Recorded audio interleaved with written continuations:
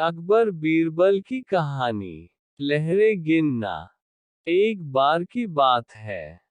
बादशाह अकबर के दरबार में उनसे नौकरी मांगने की फरियाद लेकर एक व्यक्ति पहुंचा। उसकी कुछ देर बातें सुनने और बुद्धि की परीक्षा लेने के बाद बादशाह ने उसे चुंगी यानी टैक्स वसूलने वाला अधिकारी बना दिया। बीरबल भी उस दरबार में मौजूद थे।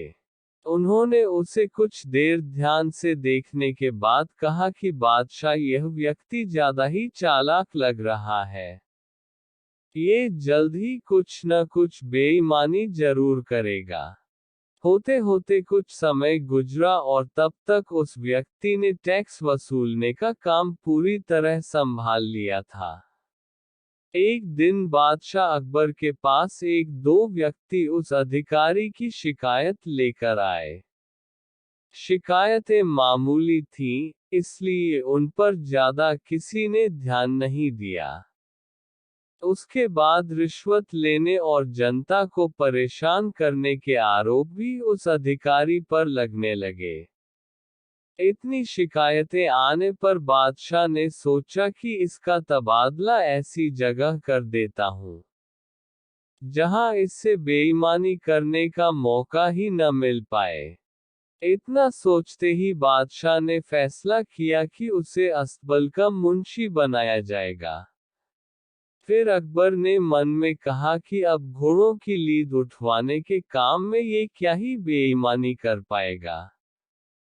वहां मुंशी के पद पर पहुंचते ही उस व्यक्ति ने फिर रिश्वत लेना शुरू कर दिया। उसने सीधे घोड़े की देखभाल करने वालों से कह दिया कि तुम लोग घोड़ों को कम दाना पानी खिलाते हो। इसका पता बादशाह को चला है, इसलिए मुझे लीद को तोलने के लिए भेजा है।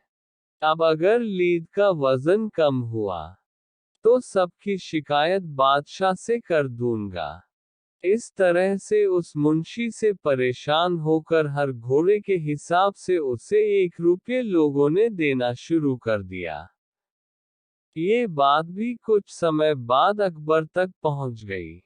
उन्होंने मुंशी को सीधे यमुना की लहरें गिनने का कार्य सौंप दिया।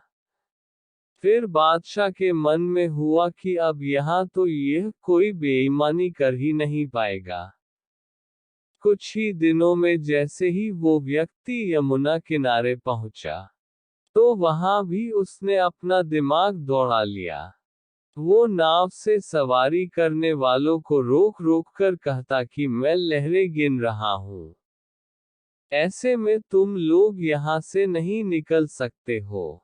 इसी जगह पर 2-3 दिन तक रुकना होगा।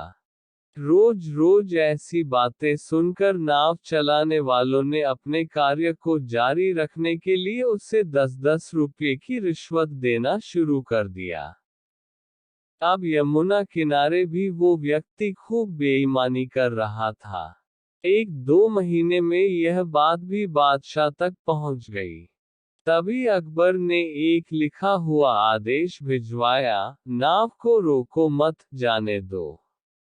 वो व्यक्ति चतुर था, उसने बादशाह के आदेश वाले पत्र को, नावों को रोको मत जाने दो, कर दिया था। इस थोड़ी हेरफेर के बाद उसने अकबर का आदेश वहां टंगवा दिया। आखिर में उससे परेशान होकर बादशाह ने उसे नौकरी से ही निकाल दिया। तभी बादशाह को बीरबल की बात याद आ गई कि ये आदमी बेईमानी जरूर करेगा। तब उनके मन में हुआ कि मुझे उसे पहली गलती में ही कठोर दंड देना चाहिए था। कहानी से सीख। दुष्ट अपनी दुष्टता और बेईमान अपनी बेईमानी कहीं भी जाने पर नहीं छोड़ता है। तो ऐसी ही कहानी सुनने के लिए हमारे चैनल को सब्सक्राइब करें, लाइक करें और शेयर करें।